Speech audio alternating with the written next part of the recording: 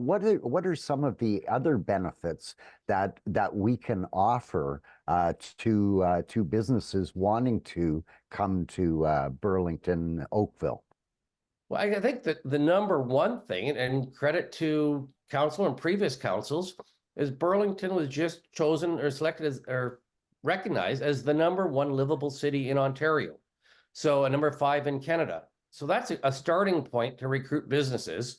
But there's other great cities in Ontario. And if the city adds opportunities, offsetting costs, I know they've just created a new concierge service in economic development, which will help businesses stick handle through the red tape with individual service. Those are all these little things add up.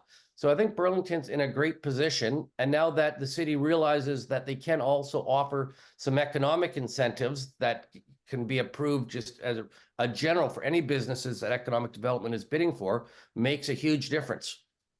I'm going to switch gears a little bit here just to get so Terry, one of the things that you have brought forward is a new way of attracting obviously businesses, but some of the events that you create have been extremely well attended, number one, but more importantly, they're different. And I've been participating for many years in the past as well, and they are different.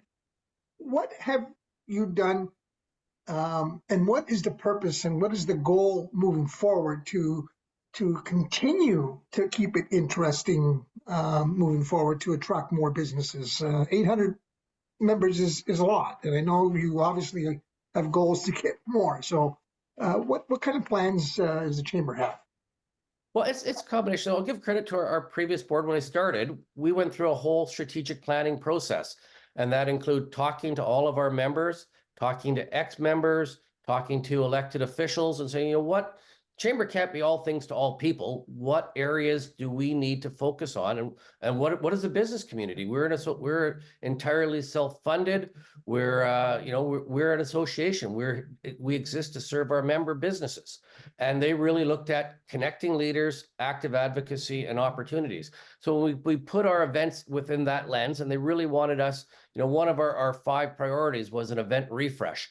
And we had marching orders to not do the same old events that chambers have been doing forever. And that includes, better business after 5s. We had an event last night that had 400 members at it. And we raised, thousands of dollars for the United Way. So we try to make sure we support our nonprofits, because nonprofits are just really small businesses. And it's important to have them in your community and talking to businesses. And then bringing ministers to engage with the community. So having 5 or 6 ministers in the last 9 months are important.